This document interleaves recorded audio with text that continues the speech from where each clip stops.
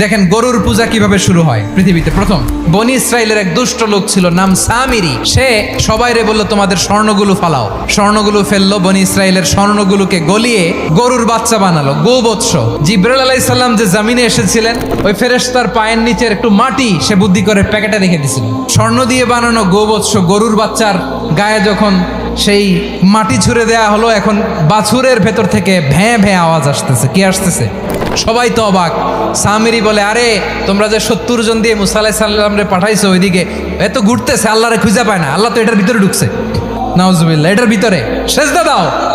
এই সেজদা দিয়ে গেল। হারুন আলাইহিস সালাম তাদেরকে বুঝালেন, শিরক করো না, আল্লাহরে ভয় করো। শুধু এতটুকুই তিনি বুঝালেন, দাওয়াতি কাজ পালন করলেন, কিন্তু প্রতিরোধ করেন নাই। এই ঘটনা থেকে শিক্ষা কি?